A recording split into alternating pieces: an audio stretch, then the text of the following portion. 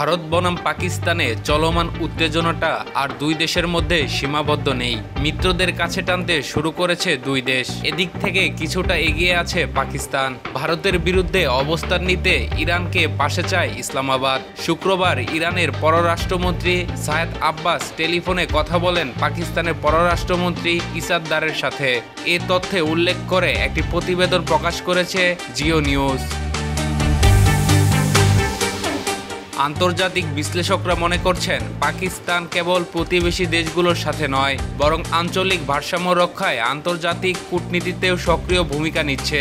জিও নিউজের পক্ষ থেকে বলা হয়, ইসাদদার ভারতের ভিত্তিহীন অভিযোগ প্রত্যাখ্যান করেন এবং দিল্লিকে সামনে কোনো উস্কানিমূলক পদক্ষেপ নিতে সতর্ক করেন। তিনি আঞ্চলিক উত্তেজনা প্রশমনে ইরানের ভূমিকার প্রশংসা করেন। এছাড়াও ইরান ও যুক্তরাষ্ট্রের মধ্যে ওমানে মাস্কটে অনুষ্ঠেয় সংলাপের জন্য শুভকামনা জানান ইসাদদার।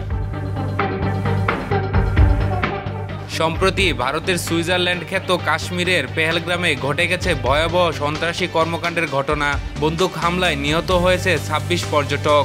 এই ঘটনায় ভারতের গোয়েন্দা সংস্থার ব্যর্থতা তুলে না ধরে পাকিস্তানের দিকে আঙ্গুল তুলছে ভারত।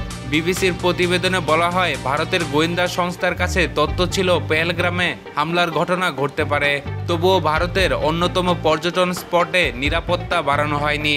এই ঘটনায় ভারতের নিরাপত্তা বাহিনীর উপর ক্ষোভ প্রকাশ করেছেন ভারতের সাধারণ মানুষ।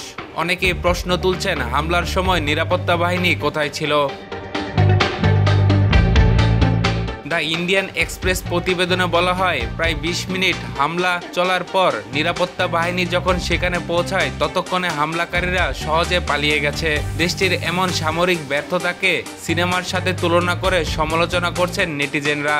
হাসির খোরাক বানাচ্ছেন ভারতীয় সংস্থাকে।